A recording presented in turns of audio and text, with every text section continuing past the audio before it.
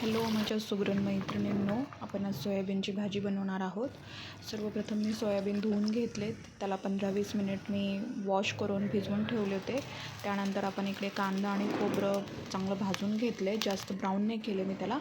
त्यानंतर आपण टॉमॅटोची प्युरी बनवणार आहोत, त्याच्यासाठी टॉमॅटो घेतलेत. आणि इकडे मी सोयाबीनमध्ये दही भिजवल्यानंतर सोयाबीनमध्ये दही, मिरची पावडर, तिखट, हळद आणि त्याच्यामध्ये थोडंसं मीठ चवीनुसार मी मिक्स केले चांगले.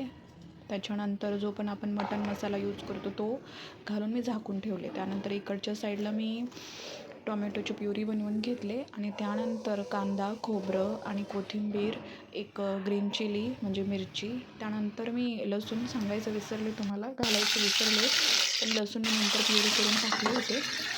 त्यानंतर आपण तेलामध्ये टोमॅटोची प्युरी, जिरे मोहरीचा तडका घातला आहे. त्यानंतर तेल सुटेपर्यंत त्याला चांगलं परतून घेतले. कांदा खोबऱ्याची चटणी आपण त्याच्यामध्ये मिक्स केली आणि चांगलं मिक्स करून त्याच्यामध्ये नंतर मी बेडगी मिरची, त्यानंतर हळद, थोडी कढीपत्ता वगैरे सगळं मिक्स करून त्याला चांगलं तेल सुटेपर्यंत फोडणी देऊन घेतले.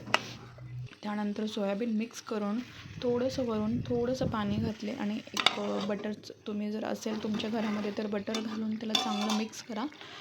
खूप छान ग्रेव्ही बनते, खूपच सुंदर बनते ही भाजी. मी सांगितली तशी तुम्ही नक्की ट्राय करा, खूपच सुंदर